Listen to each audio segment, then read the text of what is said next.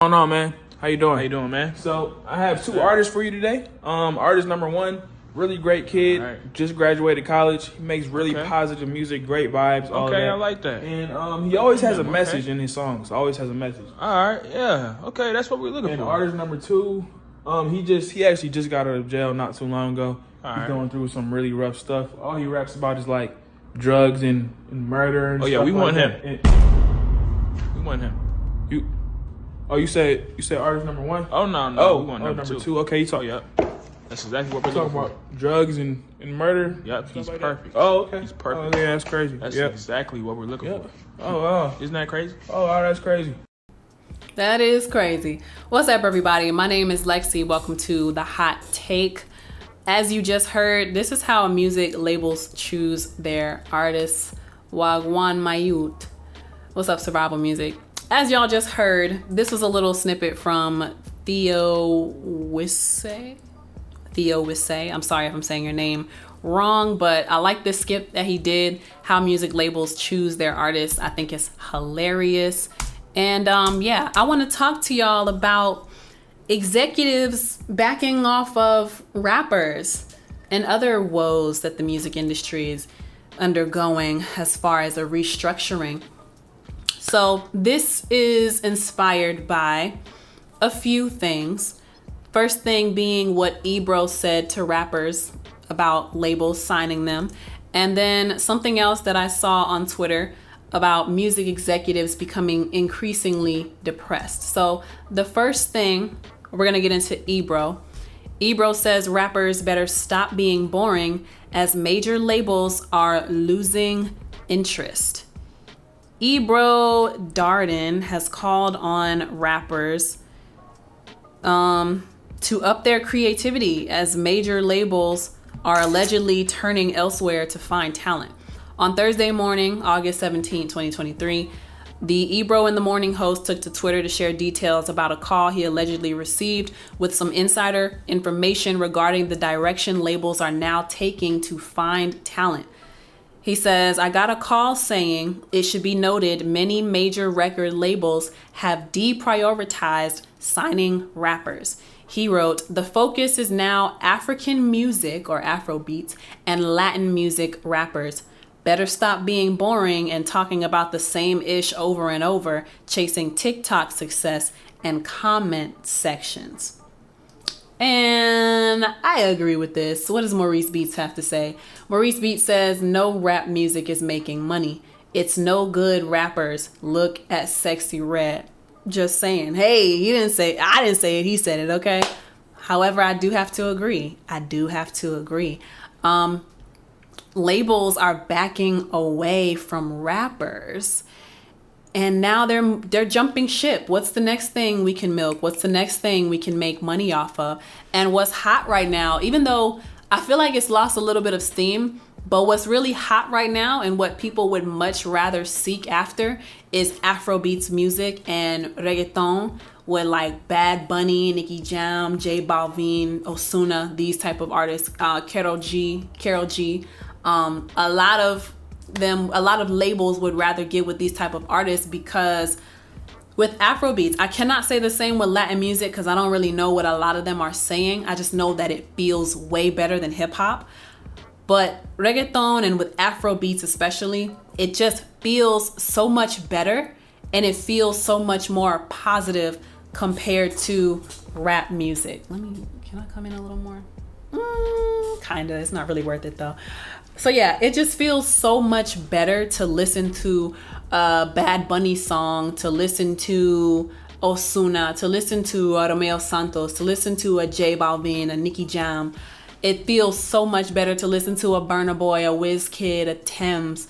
And I'm sorry I don't know more Afrobeats artists, but it feels so much better listening to these people. With Afrobeats, for one, they are promoting Black love. Like, they're promoting Black love. And that skit that I played for y'all at the beginning of this hot take, it really feels like the past 10 years especially, record labels have specifically been going after rappers who display like a degenerate behavior and a degenerate type of mindset. And this is really funny to me that this is coming from Ebro. Really, because we just had the 50th anniversary of hip hop. It's August something, 1973. Let me look it up real quick. Hip hop anniversary. What day was that specifically? The anniversary of hip hop is August 11th. We just had the 50-year anniversary of hip hop, and Ebro comes out with a statement like that. Labels are backing off of the rappers because y'all are boring and y'all talk about the same ish. And I agree. Like, literally. And I'm also kind of a lazy consumer, but I'm also an artist, so I don't really want to spend time listening to a bunch of other people's music when I'm making so much of my own music. So I'm not the ideal consumer to be asking about who's hot right now.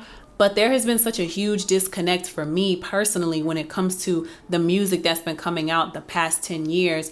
I don't have any songs that I can tie to any particular time period in my life the way that I could when like crunk and snap music was a thing. It was so much better of an experience within rap. There was so much more diversity and versatility.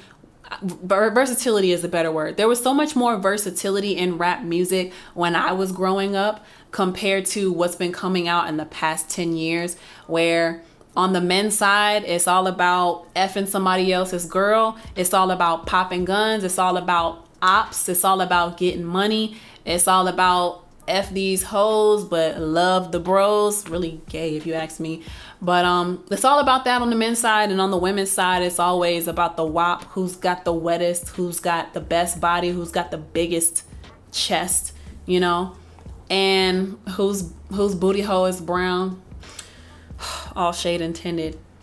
And I don't want to be a hater because these people have found mainstream and major success over me. So I don't want to come off as a hater. I'm just saying the quality of music over the past 10 years, especially with hip hop, has gone way, way, way the hell down. The bar is in hell. And honestly, how dare Ebro say something like this this was 6 days after the anniversary of hip hop, which is really crazy to me. And we find out that, you know, labels are backing away from rappers, but labels are the same ones who are signing these rappers and pushing this narrative that Black people especially are degenerate and we have this hood and this ratchet mentality. For the men, all they want to do is do drugs and they want to kill each other and they want to have multiple baby mamas and they don't want to take care of their kids. On the side of the women, we got multiple baby daddies and all we want a man for is his money. And we're always in competition with other women and we're always telling other women how broke they are compared to us and how much better our body is, how much wetter we are compared to them. And it's been terrible and it's been toxic. It's been terrible music that has been coming out of hip hop. I wouldn't call it hip hop. I would call it rap. This is some subgenre that I used to call it trap because on the men's side, as far as like the guns and the ops and the drugs and all of that, I would call that like trap music. So that's like a sub underneath hip hop. But unfortunately, mainstream has done a great job of pushing that as the only type of rap music that's been coming out. And it's really sad, especially on the eve of hip hop. Like I can't, the anniversary of hip hop, I can't believe that this is coming out around that time. I think it's funny. I think it's really funny that labels are moving away. Another conspiracy was labels are taking out life insurance policies on these rappers because they're almost protecting their investment, but almost betting on the fact that these young men mostly are too stupid to stay out of the streets, too stupid to stay away from the gang life, and too stupid to stay away from the violence. They're coming out of jail. They're plucking these dudes fresh out of jail, and they are throwing all this money at them. These dudes have not evolved past that street mentality. They still want to be in the streets, but you can't keep being in the streets once you reach a certain level of success because there's jealousy that comes from your own people. You know, it's just so much. Like I really hate that hip hop has been exploited and milked and Black people lost control of our narrative and our imagery behind signing to a label that's throwing some money behind us to exploit this image, to broadcast this image of Black people. And so that's why it hurts my feelings. I think it's really funny what Ebro said. Some other woes that are coming from, well, before I get into that, let me read some of the comments y'all were saying regarding this. Survival Music says rappers need to back away from labels. They have no loyalty. But rappers need more acceptance of diverse topics. I also blame the public. I also blame consumers. Unfortunately, people are not strong-minded and strong-willed enough to understand that these messages are being pushed on you. This programming is being fed to you consistently. If you're not aware that the only reason you like something or the only reason you think you like something is because it's always in your face, if you're gonna like something just because it's always there, then we are in trouble, because that's literally the media's job, to put certain images in front of us and to program us in a way to have us thinking a certain way. So I hate to call people stupid, but the consumers part to blame on this for being dumb. Y'all sure ain't y'all not seeking out the good artists. Y'all aren't seeking out the quality substance songs. Y'all are just pretty much accepting whatever's being thrown at you. And I usually feel like the odd one out because I don't listen to what everybody's listening to. I can't enjoy myself at the clubs because they throw on this trap music and it's like, how am I supposed to dance to that? Am I supposed to feel sexy dancing to trap music? No. And I don't want to dance with no dudes. All they do is stand around. But anyway, let me keep reading y'all's comments. Maurice Beat says rap music is original, going back into underground music. And then Survival Music says there are good artists, but Ebro may not play them if he's not getting paid. Payola is another issue. DJs are supposed to be the tastemakers of music, and they're supposed to be the tastemakers of music, but unfortunately everybody has bills to pay, and they're going to accept payola to play the hottest artists out, and so their show can stay popular, so they'll continue to have the connections with the labels probably. So, you know, there's a lot of deep stuff going on. Maurice Beat says, oh, he already said that. Survival Music says its hypnotic influence supports the street life, even among people not in the streets. Yeah. And it really got y'all feeling like y'all are street. It really got y'all feeling like y'all are willing to catch a body. And it has people feeling like it's okay to treat people as disposable. And I hate that messaging. And as a romantic person, as a girl who believes in love, as an R&B girl who loves love, I hate what it's done to people's mindsets when it comes to relationships, because the type of music we've been getting has been devaluing one another, and it's been using one another and never being vulnerable with one another. And as soon as somebody does something that pisses you off, you go to the next person, because we all feel like we have so many options thanks to social media, when there happens to be an epidemic of lonely men going on right now. But anyway, the other woes that I wanted to address is this post from @BuzzingPop on X, formerly known as Twitter. Music executives are increasingly depressed as they are having trouble finding artists that can sell out shows and not be known for just one viral hit. Olivia Rodrigo and Ice Spice are named as rare breakthrough artists in today's music. I don't want to be a hater, but I don't know why. Olivia, I can get. Ice Spice has not had enough time to prove that to us yet. But this is another issue with the labels. They keep chasing these followers. They keep chasing the viral hits, but they don't want to put any money behind artist development, and then wonder why you have artists who can't sell 20 tickets in a small venue and bring people out to a show, or have anybody interested enough in this artist that they'd be willing to buy merchandise to get another piece of the pie. The labels really done lost their mind. They really lost their mind, and it makes me angry. It makes me angry. Now y'all are depressed because you're realizing that all the stuff you let slide is not sustainable.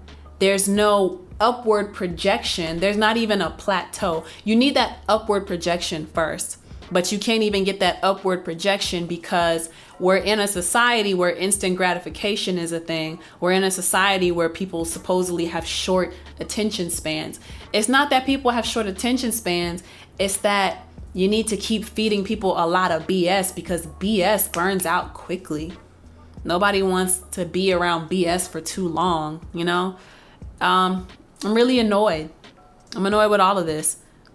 Olivia and Ice Spice are named as rare breakthrough artists in today's music, and I wouldn't say that Ice Spice is a breakthrough artist. She had a couple viral hits, and you know what? She played her cards right, and she's under the wing of Nicki Minaj, which that's a whole nother conversation in my head of all the artists that Nicki Minaj could have, you know what I'm saying? But you know, even Nicki has talked about it, like talent means basically nothing now, and it's all about marketability. And I can see where Nicki jumped on the wave of Ice Spice and capitalizing on this person's popularity. And you know, maybe I already hear the progress in Ice. I can hear the mentorship when I'm listening to newer songs by Ice Spice. I'm like, part of me is like, thank God she's under Nicki's wing, because Nicki is teaching her how to do different flows, and I'm thankful for that, because that is something I've been looking for from Ice Spice. But on the same token, it's like, Nicki, all the years you've been in the industry and this is who you choose. It's very frustrating as an artist who wants mainstream success. And I do worry about how I talk about people on these hot takes, but these are my honest opinions. And I will answer for these opinions at some point in my life, I imagine. But yeah, so my hot take on this: screw these labels. Y'all got this. Y'all got yourselves into this mess, and now you want to backtrack. Make labels great again. Make music labels great again, because if the labels had stopped shying away from artist development, we wouldn't be going through this depressing period, these increasingly depressing moments, as some executives would say.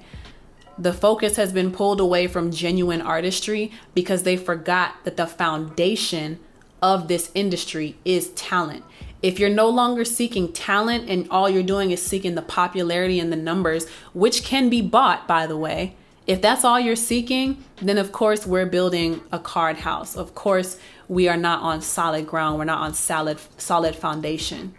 So that's my hot take with that. Let me know what y'all think about my hot take. Do you agree? Do you disagree? Let me know in the comment section or in the review of the podcast platform that you're listening on, or YouTube comment section that you're watching on, and let me know how you feel about this topic. But that's all I got on this hot take. My name is LexC. Until next time, peace. Arrested, baby. Arrested. I need to pat you down.